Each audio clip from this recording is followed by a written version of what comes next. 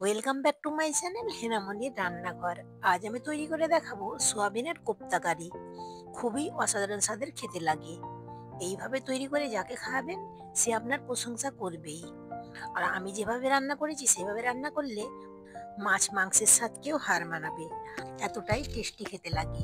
আসুন তাহলে দেখে নিই আমি কিভাবে তৈরি করছি। এখানে আমি গরম জলে সোয়াবিনকে আগে থেকে ভিজিয়ে রেখেছিলাম। এখন আমি সোয়াবিনগুলোকে জল ঝরিয়ে চিপে চিপে নিংড়ে নিয়ে একটি মিক্সিং জারের মধ্যে নিয়ে নেব। মিক্সিং জার নিয়ে নিয়েছি, মিক্সিং জারের মধ্যে নিয়ে নিচ্ছি। ভিডিওটি যদি ভালো লেগে থাকে লাইক কমেন্ট শেয়ার করতে ভুলবেন না। আমার চ্যানেলে নতুন হয়ে থাকলে প্লিজ আমার চ্যানেলটিকে সাবস্ক্রাইব করে দেবেন।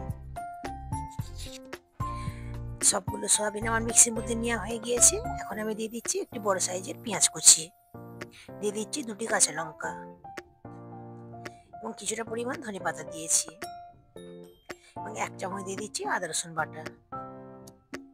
এখানে দিয়েছি 1 চামচ জিরে গুঁড়ো, হাফ চামচ দিয়েছি গোলমরিচ গুঁড়ো এবং হাফ চামচ দিয়ে দিচ্ছি হলুদ গুঁড়ো এবং 1 চামচ দিয়েছি ধনে গুঁড়ো।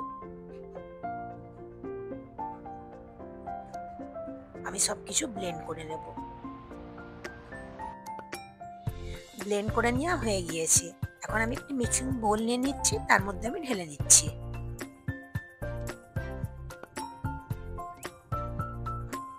এর মধ্যে দিয়ে দিচ্ছি স্বাদ মতো লবণ। এখানে আমি 2 টেবিল চামচ কর্নফ্লাওয়ার নিয়েছি, অল্প অল্প দিয়ে আমি মেখে নেব। মেখে নিয়ে আমি একটি ডো তৈরি করে নেব।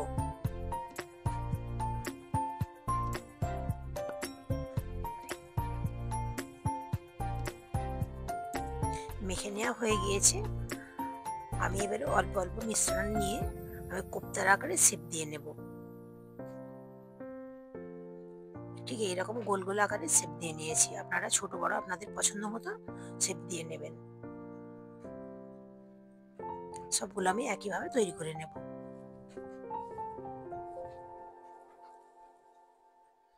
সবগুলো আমার তৈরি করা হয়ে গিয়েছে। এখন আমি একটি সাইডে রেখে দিচ্ছি। আবার আমি ওই মিক্সিং জারটা নিয়ে নিচ্ছি।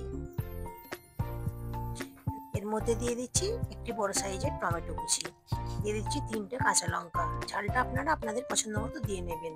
এখানে 4 থেকে 5টি কাজু নিয়েছি আর কিছুটা পরিমাণ কিশমিশ নিয়েছি। আমি সবকিছু ব্লেন্ড করে নেব। একটি সাইডে রেখে দিয়েছি। এখন আমি কোপ্তাগুলোকে ভেজে নিচ্ছি। তার জন্য আমি এখানে অল্প পরিমাণ তেল দিয়েই ভেজে নিচ্ছি। আপনারা চাইলে ডুবো তেলেও ভেজে নিতে পারেন। এখন আমি উল্টে পাল্টে দিয়ে লাল লাল করে ভেজে নেব। ভাজা হয়ে গিয়েছে, এখন আমি তেল ঝরিয়ে উঠিয়ে নিচ্ছি।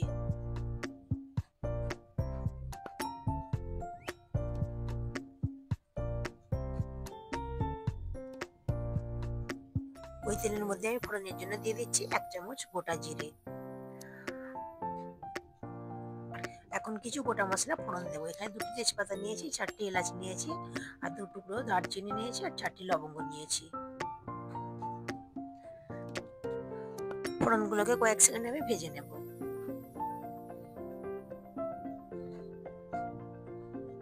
ফোড়নগুলো ভাজা হয়ে গিয়েছে, একটু সুন্দর গন্ধ বেরিয়েছে।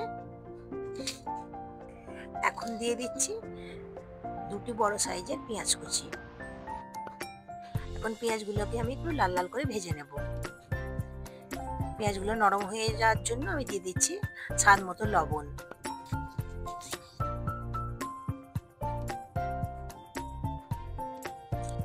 পেঁয়াজগুলো ভাজা হয়ে গিয়েছে, এখন দিয়ে দিচ্ছি 1 চামচ আদা রসুন বাটা।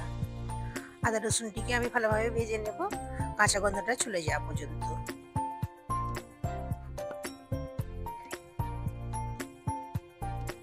খুব ভালো করে আমি ভেজে নিয়েছি।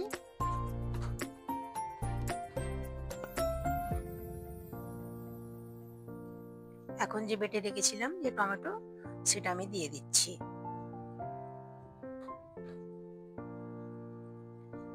আবার নেড়ে চেড়ে আমি খুব ভালো করে কষিয়ে নেব।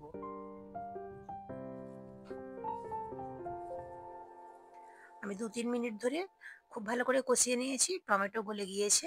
এখন কিছু গুঁড়ো মশলা অ্যাড করব। দিয়ে দিচ্ছি হাফ চামচ গোলমরিচ গুঁড়ো এবং হাফ চামচ দিয়ে দিচ্ছি হলুদের গুঁড়ো। এখানে হাফ চামচের একটু কম দিয়েছি লঙ্কা গুঁড়ো এবং হাফ চামচ দিয়ে দিচ্ছি জিরে গুঁড়ো। এখানে 1 চামচ দিয়েছি ধনে গুঁড়ো। সবকিছু নেড়ে চেড়ে আমি ভেজে নেব। গ্যাসের ফ্লেম লো টু মিডিয়াম রেখেছি। মশলা খুব ভালো করে আমি কষিয়ে নিয়েছি। এখন দিয়ে দিচ্ছি 1 চামচ কাশ্মীরি লঙ্কা গুঁড়ো।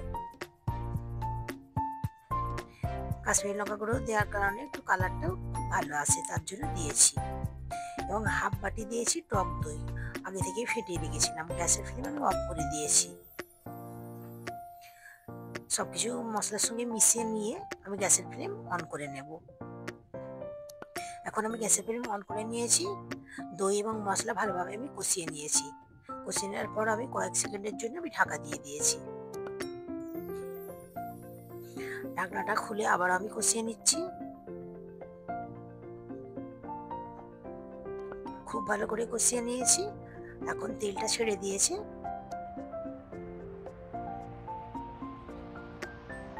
এখন আমি জল অ্যাড করে দিচ্ছি। এখানে আমি 1 কাপ জল দিয়েছি।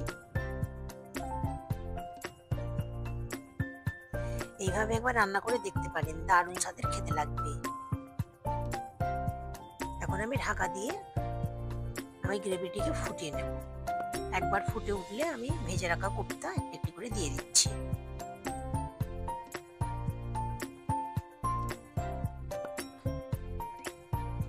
একটু নেড়ে চেড়ে আমি মিশিয়ে নিচ্ছি আলতো হাতে।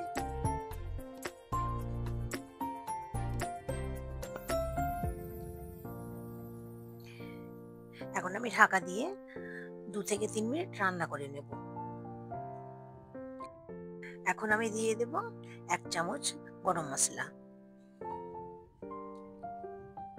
এবং দিয়ে দিচ্ছি হাফ চামচ চিনি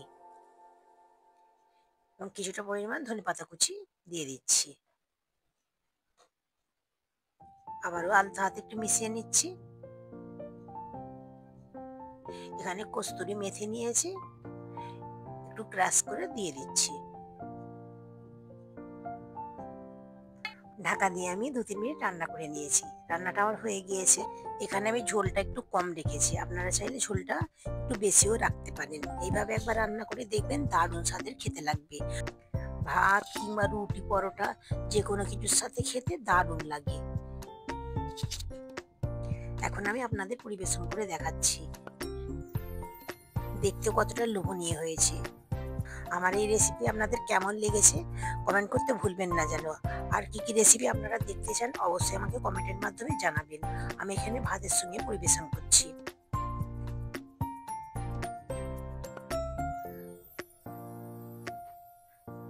একটি কোপ্তা আপনাদের ভেঙে দেখাচ্ছি ভিতরটা কেমন হয়েছে।